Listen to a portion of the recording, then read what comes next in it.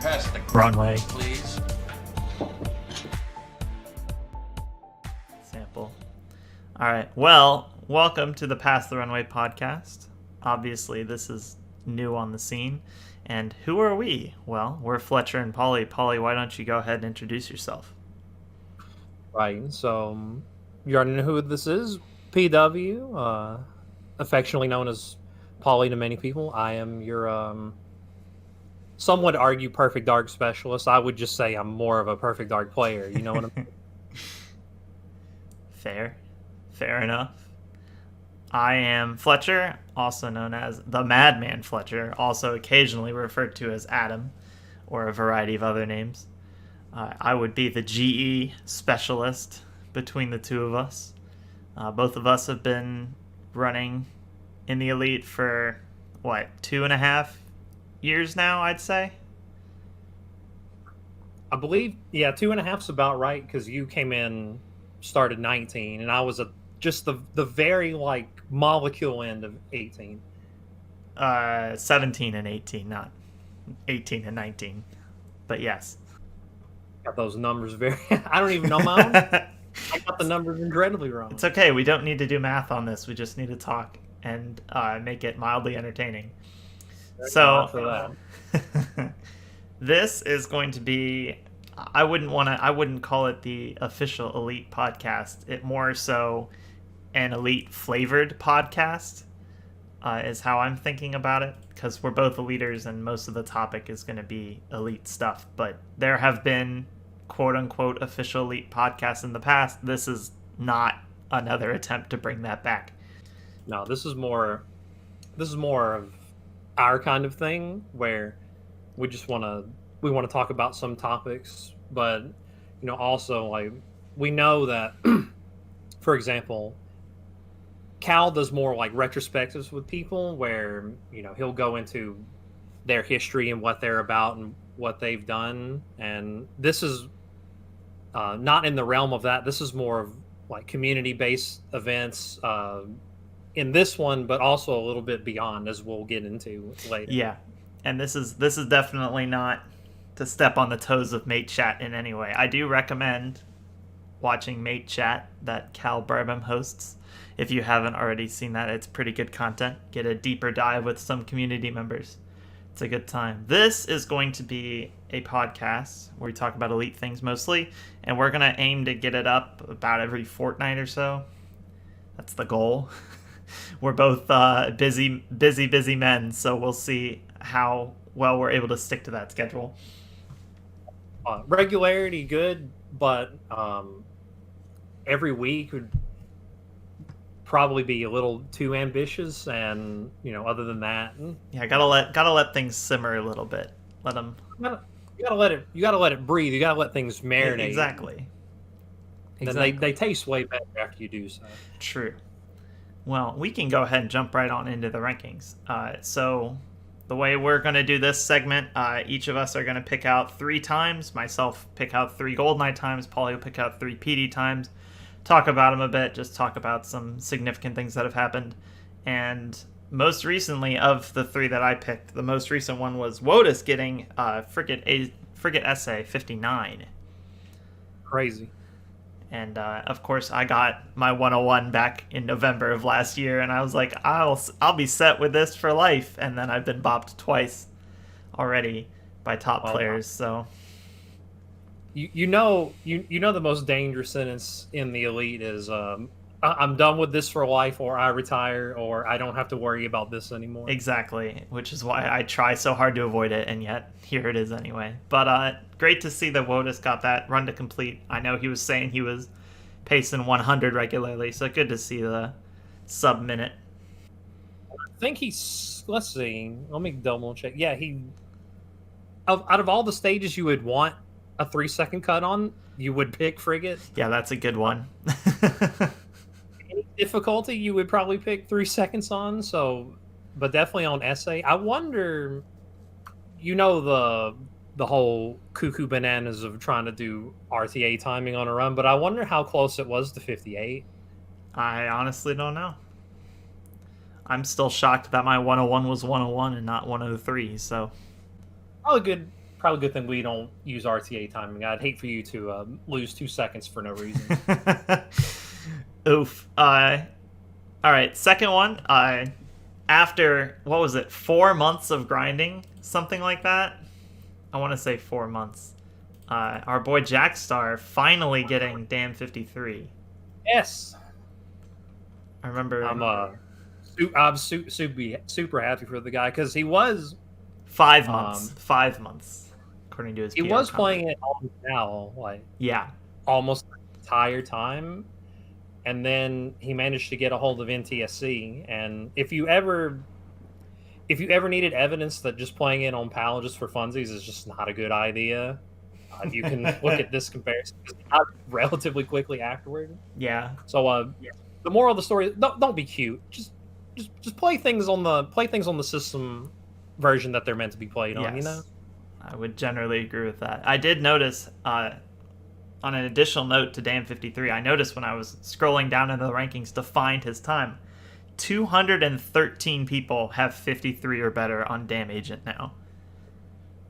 It's over 200. Yeah, I didn't even notice it go over the 200 mark, which it would have done, let's see, 2, 13, 12, 11, 10, 9, 8, 7, 6, 5, 4, 3, 2, 1, 0. Oh, it was Will. Something monkey wrench. It was Will that put it over the top for a 200? Yeah, he would have been the 200th. Well, depending on how you count Carl, he would have been the 200th person to get points. I see. Right. And Carl had 53 at one point. I think it's safe to say he's just the 200th to get it. I think it's been well documented that Carl had many 53s, so I agree. True. And then... Oh, wow. 213 people have Damn, and none of them are named Berube, huh? That's interesting. True. And finally, I picked out Repo getting Train SA 127, which is a time I've been going for myself on the rare occasion I have to actually play. But he's done a lot of damage on Train. I think he's extraordinarily close to getting Train leaderboards. I think he's only a couple points off now. A dream leaderboard in GE to be sure to get, because that's an incredibly high skill cap difficult state. He is. He's 2 points away specifically. 267 out of 269. You would think that probably the next PR would put him over the top. I mean, yeah, he could. A 1 second cut on any difficulty would give it to him. So, yeah, I mean, obviously, like train level specialist, insanely good at it, and even though he can definitely get it, even though at this point 1 second cuts on Train are going to be especially difficult now. Yeah, he's got 101, 127, and 154, which are all pretty solid Train times in and of themselves. I'm not gonna lie to you. I wish they were mine, but they definitely. Dude, same. Because even though like primarily a PD player, Train is one of the levels specifically that I enjoy a lot. I think it's a fun level to play and watch, even though it's very difficult. It is a lot of fun, but I would say it's the most difficult level in GoldenEye. To speed run, I should say. I'd be hard pressed to disagree, considering all the technical things you have to do on the run in the cars, and then your reward for doing all that correctly is the locks. Yeah, which you have to do. Exactly. All right. Well, those are my three for GoldenEye. Let's take a look at the PD now. Right. So, for the first one, I want to bring up, 2 days fresh. As a matter of fact, the Ricky G5 Agent 33 world record, which an insanely like high skill level, and he managed to get it using the Lure 1 strat, which you watch and it feels like he's just unlocked the secret to that lure, because no one else is seemingly getting it as consistently as his. I know that recently Clemens started playing for it, but I'm not sure what his success rate on it is. But I watched his stream the other day for 30 30, 40 minutes. I think I saw him get it once, maybe. Yeah. Don't take my word for that. I wasn't paying that close of attention, but it did seem like he very rarely got it, if at all. Yeah, and then meanwhile, it felt like Ricky was getting it twice every 5 minutes or so, at least on like the good stretches. Yeah. Obviously there are dry spells on things like this, but for some reason he has the touch. So either he's doing something subtle that we need to break down, or maybe it only works in Denmark. I have no idea, but all I know is that it's an insane feather in his cap to have, and big congrats on getting that time. Yeah, that's a pretty insane level to get a record on in this day and age. The next time I want to call attention to is the day before, on October 8th, where Flechr untied his own untied on Christ-Sight DLTK, lowering it to 145, and just showing more his mastery over the entire level, because as he has an untied sweep on the entire level now. Yeah. And what more can you say? It's just complete mastery, top to bottom, agent, SA, PA, LTK, DLTK. It's hard to get 2 or 3 of them, much less all 5 of them. And all you can do is tip your cap to the man. He's only 2 seconds off of his LTK time now with the DLTK, and then 5 seconds behind the PA record. I wonder how much more he could definitely juice another second or 2 out of both of those. Probably that would be a gigantic headache to do at this point, I'm sure. But I wonder, seeing the LTK and DLTK times tied ever is like an incredibly cool thing to see, because you think about the difference of I have to shoot everybody in the head versus I have to shoot everybody in the toe. I feel like there's not too many guards to kill, though, on Crash Site with that route, I should say. I feel like in general you're pretty safe, except for like the caves where you can just do what he did in the 145 and just spray and pray and sprint through there. Sometimes that's what it takes. So if you just got to do what you got to do sometimes. Indeed.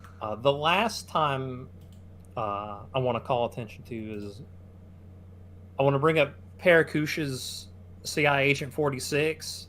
Now, according to the ranks, I know he got it before, and then he duped it on September 20th. But between now and less than a month ago, he's probably gotten it between 30 and 40 times. He's duping it at an insane rate, including a 45 where it was a high decimal and it just rounded up. Classic PD. So love those 0.98, 0.97, 0.95 roundups, especially on levels like CI and like Invest that are notorious for rounding up. Yes. So he's insane. If he can keep playing, he's insanely close to that 45, and I really want him to get it because he's played so much. Now, just to see him get rewarded for that would be super nice. Yeah. And to be honest, if I were to look at him, 45, I don't know if 44 would ever happen. There have been some 44 paces, but that would just be dumb, honestly. So let's just be responsible and leave it at 45. Because I don't even want to play for 45. Because to me, this is one of the worst levels in the game to even grind. I don't like it at all. But to see anybody get 45 is a huge relief. So that's why I'm really pulling for it. Seems like a classic Lotto level. Granted, I have not played CI Agent since the summer of PD. Can I tell you something? Sure. That's a good thing. Don't change it.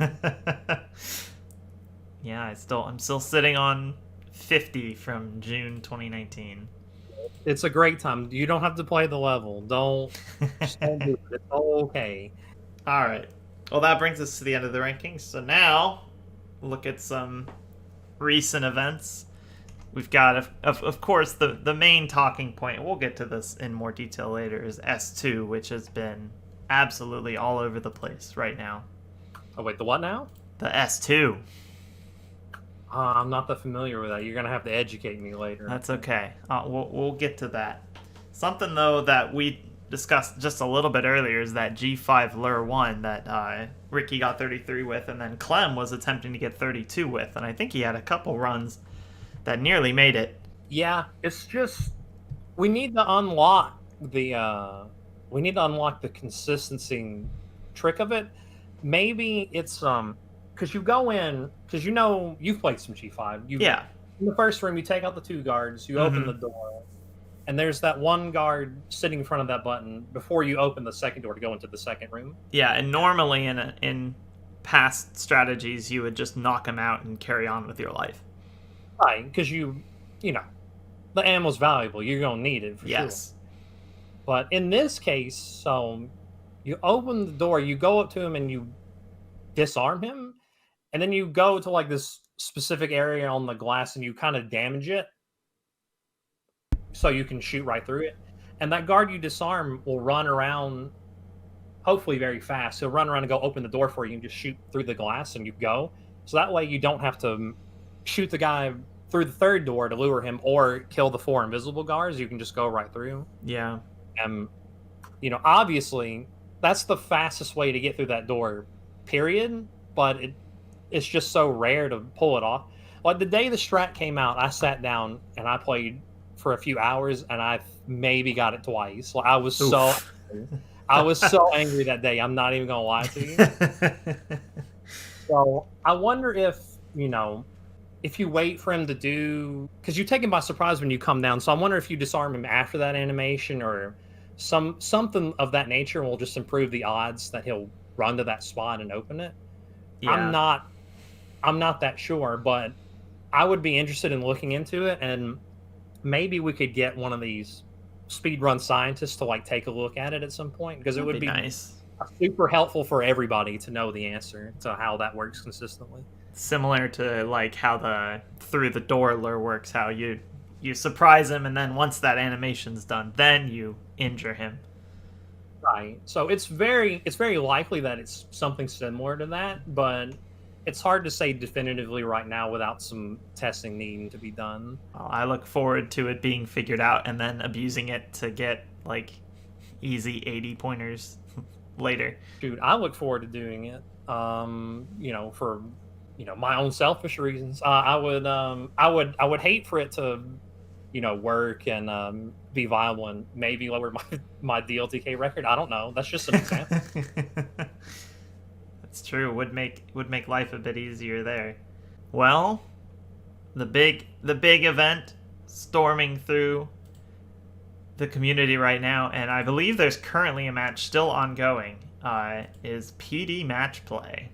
Oh yeah, the big sequel to the GE Match Play Cup that was a huge hit back in like the spring. So we have a current match going right now. It looks like JD is going to take this one home, so he's going to be able to move on. But so it's a good looking bracket so far. We've had some pretty hype matches, honestly, and we've got some heavy hitters still left in the winner's side of the bracket. We've got Ricky hanging around, BK, Dr. Light, who's going to be playing later on this evening. So we've got some heavy hitters. There's got this guy called Pauli that won yesterday. Maybe you've heard of him. I'm not sure that I have. I mean, it's nothing special, but he did take out Will yesterday in an epic 8-7 contest that oh wow, I didn't realize it was that close. Maybe one of the, when we're all said and done, maybe one of the matches of the tournament, if not the. We'll just have to see how it plays out. But good work by that guy. Well, he can test his mettle in the losers bracket then. Yeah, we're gonna have to see about it, because I know like Zella's a really like strong player, as we've seen over the past like 2-month run where he's just been playing every day and pumping out times on a daily basis. But sometimes the tournament environment hits different. The nerves and True. Can you deal with the bad luck? Can you adjust the circumstances? So it's all it's all good. We'll see how it works because double limb bracket, so anyone could come out of the losers bracket, get that second life, and run it back. So I'll be curious to see how it goes on every match from here because we've got some good matchups. Like for example, in a couple hours, Light will play Randy.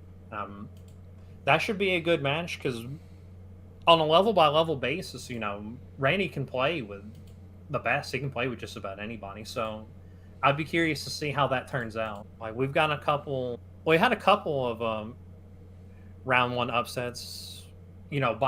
By seeding, of course. So by ranking, they're considered upsets. Whether you call them upset or not is entirely up to you. But so Deep Darkness, who I affectionately like to refer to as Uncle DD, managed to upset JD in a 9-6 match. That was good. And people forget DD's he's PAL only, but he's a solid player on both regular rank and the LTK rank. Yeah, and he himself is super busy, working at a university, trying to get PhD and all those kinds of cool things. But when he plays and he grinds, he's into it, super solid. Honestly, it looks like he is taking on BK tomorrow at noon Eastern Standard Time. This just in. Oh, is that breaking news? Posted on the forums 20 minutes ago, but pretty much. Buddy, well, I'll be keen to watch it to see if the steady play style of DD can outlast the risky home run nature of BK. Because as we saw in the GE matchup, he'll swing for the home run, but if he doesn't connect with the ball, he doesn't know what to do after that. Didn't he go for the Villa clip? He did go for the Villa clip. He did hit it against Para, but you may not have watched it, but I'll remind you. So they were playing GE and they tied or whatever on Cradle.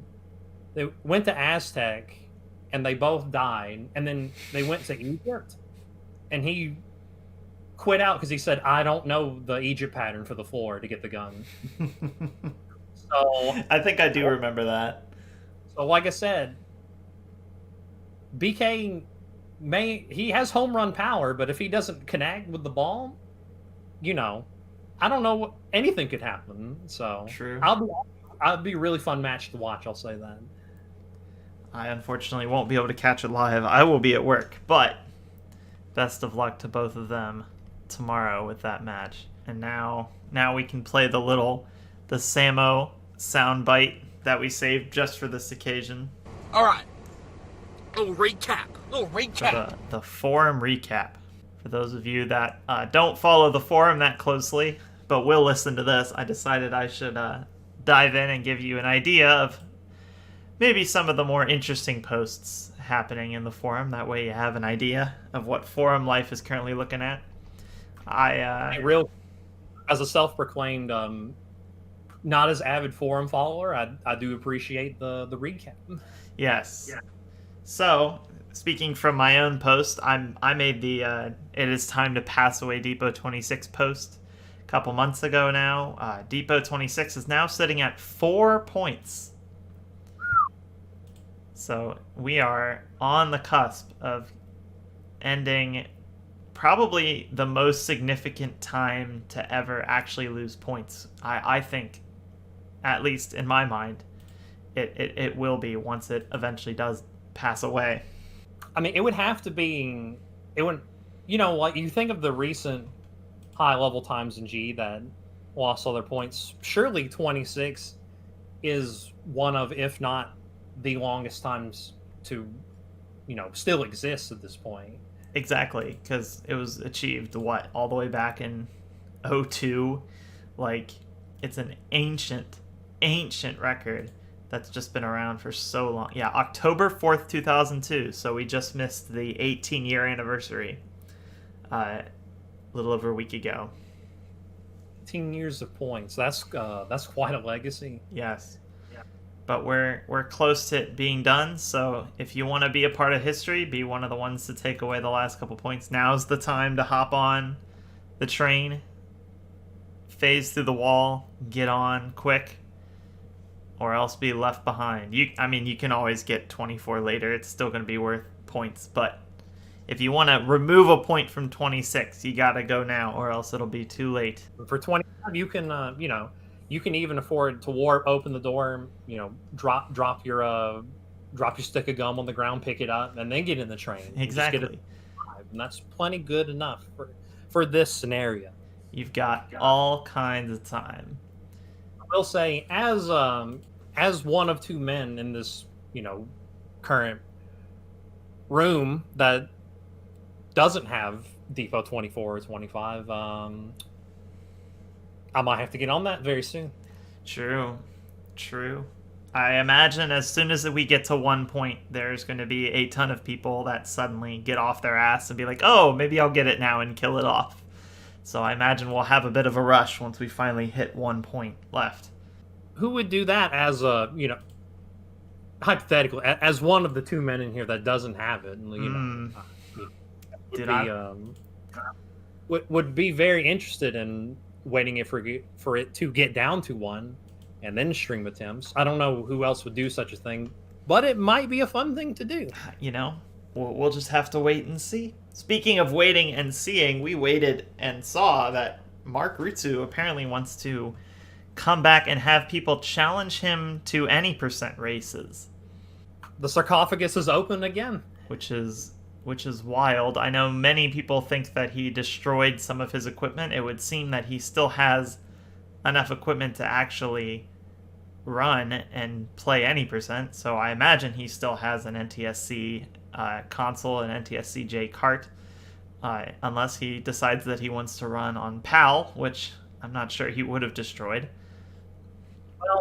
Well, browsing through the thread, it would appear that he does not have PAL, or at the very least, he doesn't have recording equipment that works with his PAL, because someone asked him if he would be interested in doing the same thing for like a PD race with Elu, and he turned it down for that specific reason. Yes. Well, I'm curious to see where that goes. He may actually go through with that. It'd be nice to see him playing again. I know he seems to be done from the IL life, as many of the top 10 are, but we'll have to wait and see with that.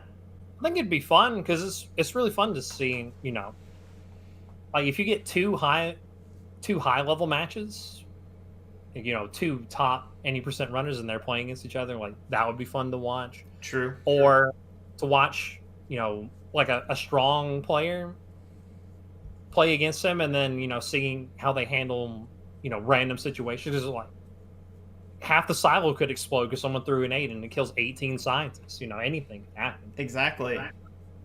Or I wonder if they could play like a match style cup where they just do agent 1 by 1. Maybe that's a possibility.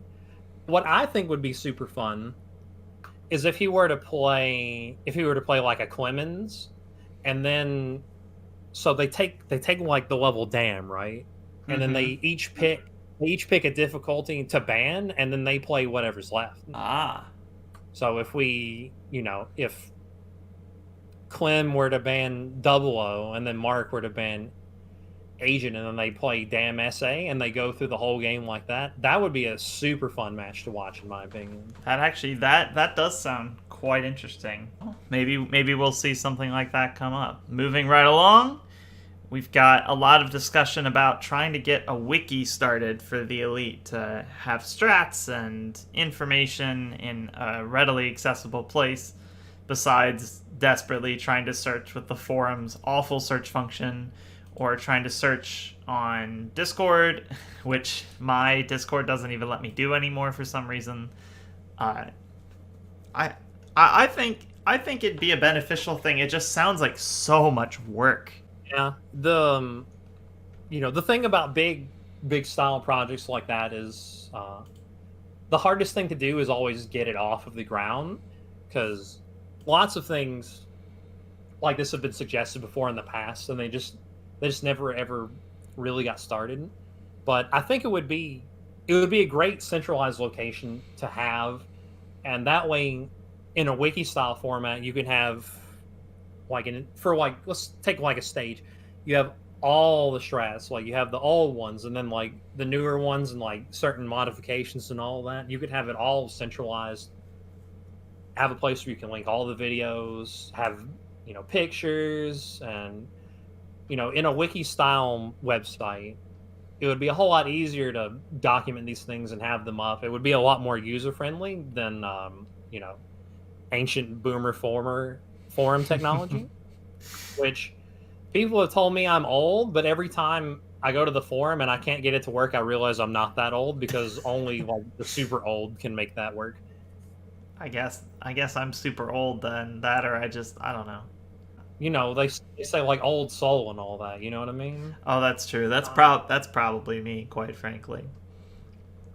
Well, maybe we will see a wiki come up. Hopefully that starts to happen. I imagine it'll be a ton of work. I would volunteer to help out, but I have very little time on my hands to do any of that. So I would certainly love to contribute to a wiki type thing, when I could. So yeah. Hopefully it does get off I would be very keen on that. So moving along, the post by Ricky talking about games nobody knew you ran. I thought this was a very interesting post. Of course, Ricky is like Mr. Speedrun, that has just Mr. Worldwide, that's done a little bit of everything. But it was interesting to see all the replies talk about various things that they've done. Of course, you and I have both run Link to the Past, and I have my Origins in Celeste, but then also the Today is My Birthday storyline from earlier this year. Man, the Today is My Birthday world was a fantastic stream. I need to make an updated version of that, because as soon as I ended the quote-unquote speed lore, I started playing some more and found even crazier stuff than what was presented in the original video. So it is on my long to-do list to get around to formalizing and finishing up that whole list there. I really hope that eventually that game is produced in full and that they don't fix any of the problems with it, because I would love to run that game. Hopefully there wasn't a developer like searching for their game and they just came in your stream like, should probably patch them. Wow, look at that. Using the camera produces lag and you can just walk through walls. Good, we should maybe fix that. No, don't fix it. Hopefully they're one of those cool developers that are like, well, our oversight made this cool thing. Let's just leave it in because it's cool, Well, it's a Kickstarter group, so I could see it going either way, quite frankly. It's a Kickstarter group, so quite frankly, we could see it going no way. Exactly. You know what I'm saying. Exactly.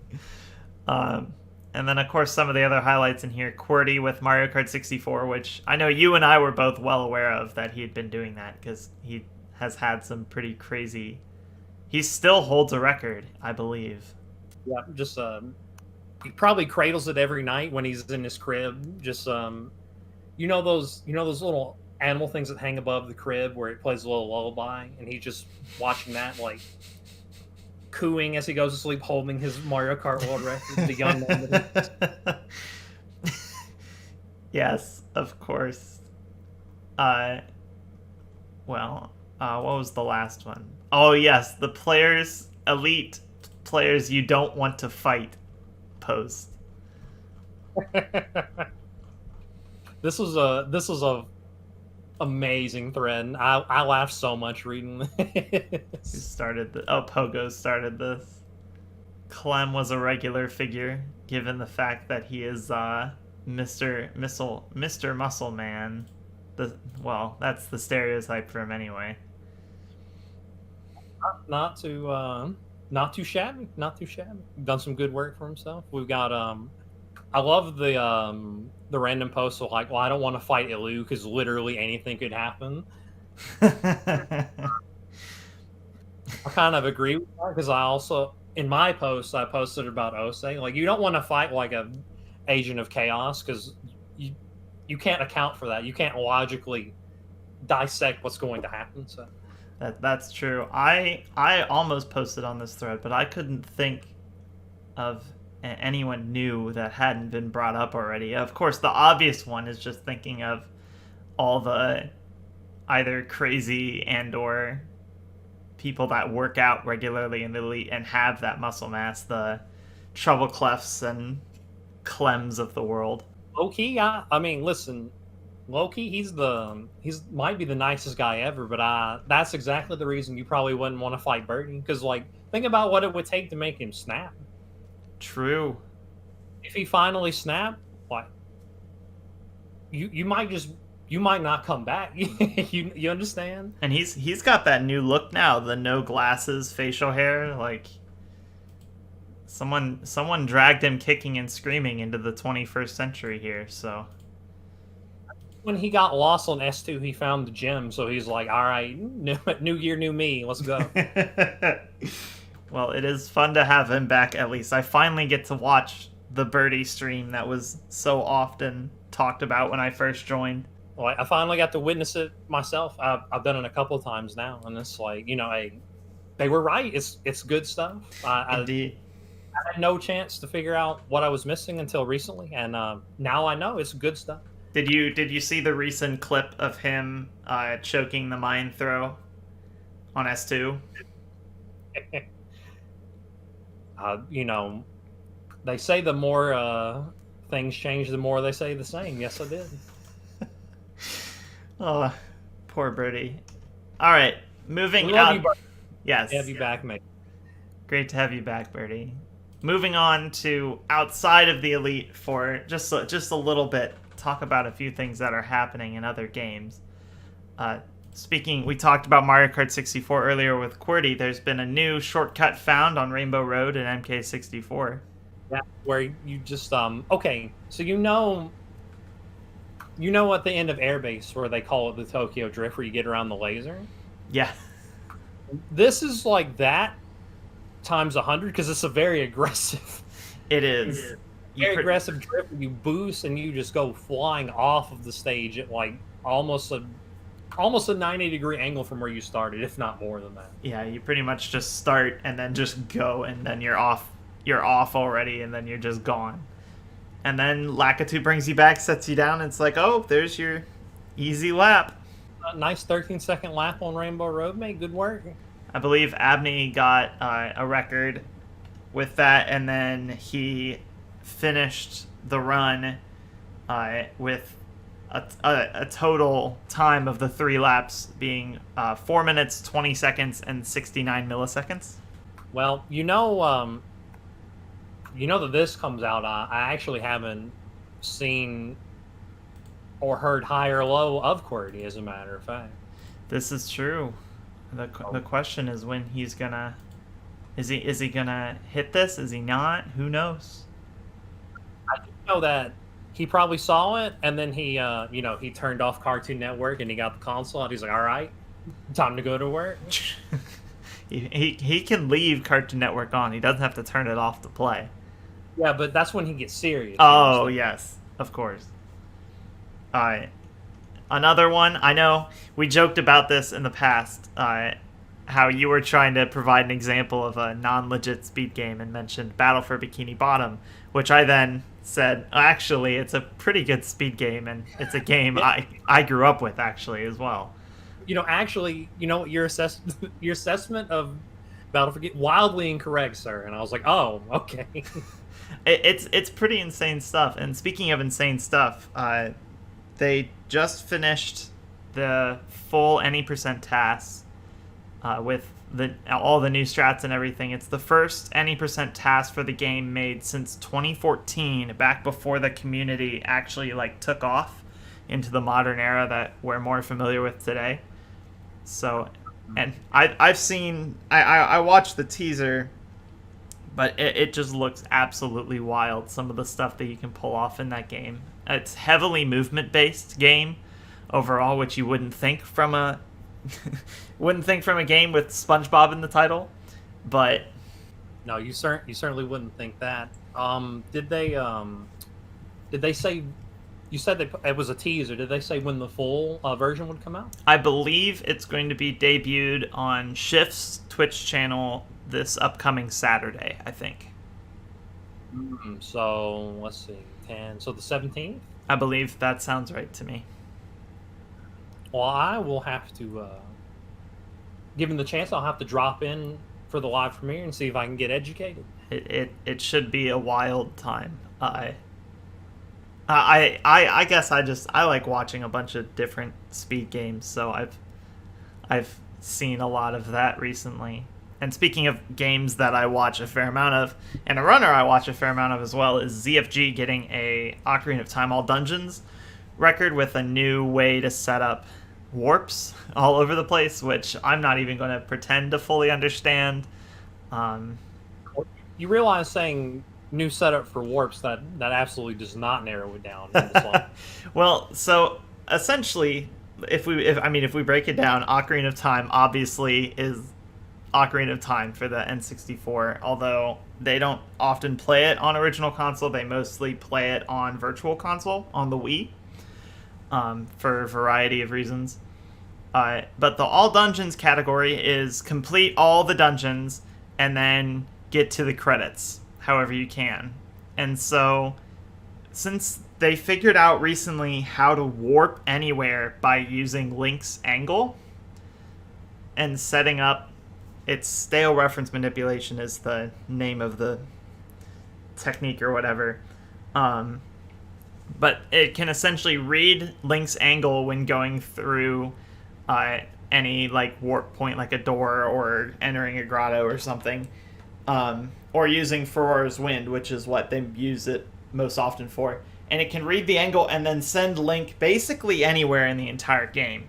So what all dungeons is now, it used to be, you go to each of the dungeons, complete the dungeons, and then you typically did a credits warp, as there are plenty of those, which are pretty well known already in Ocarina of Time. But since they figured out pretty much how to warp anywhere, all you do is it's just a boss rush. You get the stuff at the start of the game, you set up the warps, and then you start doing them, and you just go boss, boss, boss, boss, boss, and you're warping pretty much from boss room to boss room, taking on every single boss, and then you warp to the credits, and it's done. Sounds wild. It is wild. It is an absolute trip to watch. I will say that. Maybe they should just rename the category to Boss Rush. I mean, that's the joke name category. It's the Boss Rush category, but they should just upgrade it from joke to just like unironically calling it that. I wouldn't blame them. That's a cool name. That'd be a cool name for a category. Yeah. All dungeons thing kind of. It's not the same thing, but it makes me think of that ancient category, MST, where you get all the stones and you do all the temples, you get all the medallions. Yeah. And the tiles. So. And I know a lot of these new warp setups and a variety of other things are currently being routed into 100%. So I expect there will be a new 100% record relatively soon. From what ZFG has said, he expects sub 320 to happen, potentially, which is wild considering only a year or two ago he was fighting tooth and nail to get sub 4.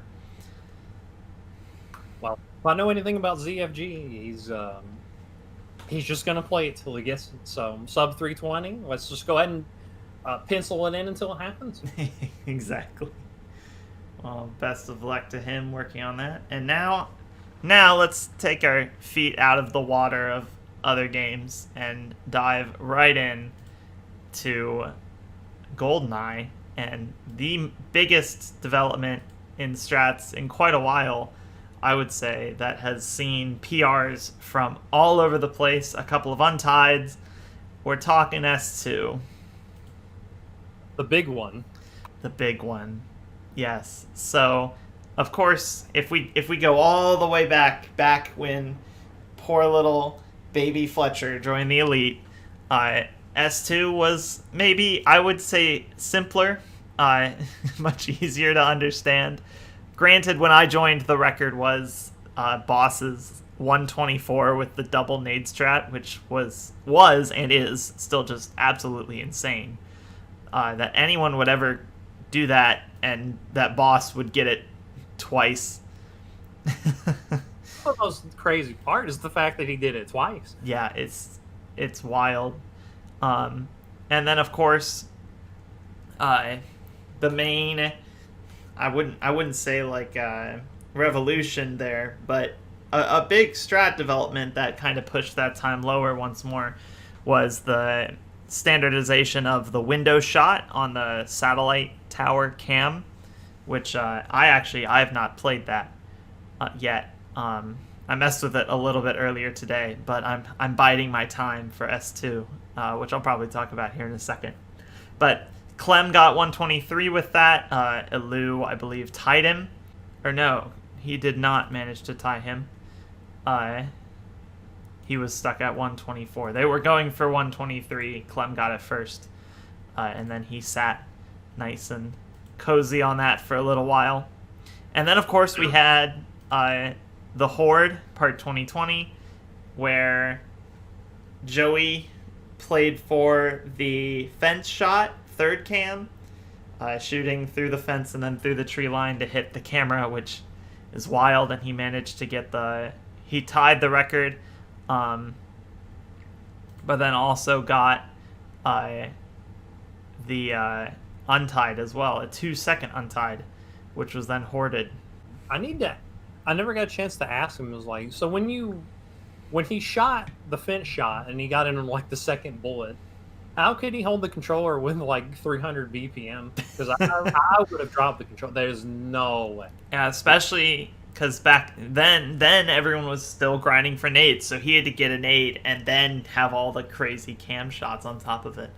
And that probably leads to some of the nadeless strats. Of course, there was the finish window, which Kaido found nearly 2 years ago now. Wow, has it really already been 2? No, it was 2019. That's right. So over a year. Fair. This year's had a bit of time dilation in it. It's a lot longer than it has been. I can't argue with that. But yeah, so he found the finish window where you shoot on what would be the south side, shoot through the window and then through the wall to blow up the table and potentially blow up the 2 comms when they fall off, which I never used because by then I already had 129 with nade strat, which was pretty good when I got it. It was worth 84 points originally. It's worth 72 now, that particular window did help clean up the bottom end of Essay a little bit, though. It did. Quite a few people getting 55 and 56 with that strat, 55, and then a couple getting 54, not that many. I think Frosthops and Callie were the only ones to get it with finish window. Frosthops getting it for debuted in K4, I believe it was. Yes, the meme strat untied, which was only worth like a couple more points. And, then Whitehead posts on the forum just this casual thing talking about some task strats he was talking about, and then, like, just casually mentioning shooting through the east end of the tower to hit the table and break it. And then everyone collectively lost their minds over this strat, as it proved very effective at not wasting too much time as the finish window did, and instead allowing you to shoot out the table from pretty far away, as well as relatively consistently, with only a few shots. And then the race was on. Who was going to get the untied? And lo and behold, I believe someone tied the record first, if I'm not mistaken. Let me see. I think... Look at our stats here. Yes, Gus tied it. Oh, yes, that's the one. Gus managed to tie it with all the crazy cam shots. Of course, probably a first or second clip first cam, through the corner of the hut second cam, fence shot third cam, and then window shot for the sat cam, and then shooting out the table from outside while retreating to the helicopter. He managed to tie it with 121. I believe he's still sitting at 121. It's also, as an aside, it's worth mentioning that he missed the end warp on that 121. Oh, yes, he did. I remember that. But someone who didn't miss the warp 2 days later was, of course, JD, managing to get 120 untied with all the crazy shots and everything. Clemens would tie it, then a little over a week later, and then Clemens being Clemens would keep playing and get 118, which is where things currently are sitting, in spite of Elu trying desperately to use the nade strat on the first cam, which is still a wild strat. I believe he got a PR with that. He got 119 with that. Yeah. So he's currently sitting 1 second behind Clemens, with a wild strategy, of course. Can we just real quick? Can we explore and chew on the irony of Whitehead posting about a task nade strat and then an offhanded comment leads to a no nade strategy? That's kind of fun. I think this is just something that Whitehead consistently does. He either thinks in tasks or he thinks in complete optimization, where so many players want consistency. They don't want garbage strats that are going to be 1 in 5,000 like the what is it? The OOK. Why can't I think of what we normally call it? The strat. The what? The M strat? The M strat, yes. Like, people don't really want that. They want consistent strategies that make getting faster times easier. And that's what the shooting through the side of the building ultimately was. Some have called it the British window. Some, I know Goose was trying to get it to be the Baltic window. I like it. Baltic window. I haven't heard that. I like it as the British window with air quotes around window, as we aren't shooting through a window at all. Very loose interpretation of window, yeah. Yes. Regardless, shooting there has proved very, very nice. A lot of people have been getting PRs with this and a variety of cam strats. You can kind of pick and choose now. Of course, Clem at 118, Ilu at 119, JD at 120. Gus now with 121, Wotus with 122, Irie with 123, Pogo with 125, quite a few newer players getting 127, 128, 129, a whole bunch of PRs here, and then doing it on essay as well, because of course with essay, the fast strat, which is from that birdie clip we were talking about earlier, is trying to stand as far away as you can, sniping out the table, and then just going to the ending and hoping A completes, which is wild. I believe they're currently thinking that's probably maxed at around 50, potentially 49. I've seen mostly 51 fails, but I could 51 fails. I could see it getting 50, even 49 if people set it up quick enough, rather than take forever to turn and then eventually shoot. That's not a bad idea if, you can give it relatively, I don't want to say easily because that's not the right term, but if you can get it relatively simply and you haven't or don't want to learn wings yet, you could just get a 50 and 51, set it and forget it. That's not a bad idea. No, I mean, it's pretty comparable to getting 56 with the old just run behind with an aid strat. Like, that was pretty straightforward. I mean, when I got 56, it was worth 56 points. 57 when I got it even. So, well, I'm very interested to see where once all this S2 stuff stabilizes, to see where it's at as a whole. Because obviously 118 is not the endpoint for Double O, although no. I know Elu's still trying to do crazy nade shenanigans, so between now or a month from now, lightning could strike whenever. We'll just have to see what happens. That's true. I'm personally kind of biding my time to see where Double O kind of settles into, because of course I'm sitting on 46 and 47, so I'm sitting on records on Agent Essay. But I want to lock in the leaderboard for life if I can. So I want to see where good times rest on Double O. We maybe give it a couple months. Maybe it'll be it's 120 or bust, or you have to get 119 to have a decent amount of points because people have played the crap out of it. I don't know, and I don't want to waste my time grinding the level 5 times until I'm finally set. I'm kind of biding my time on GE as a whole, if I'm honest. So just waiting for something to just break everything open, and then you can get easy 80 pointers and call it a day. If I'm anything, it's a bit of an opportunist. I'm just kind of waiting. So we'll see what happens.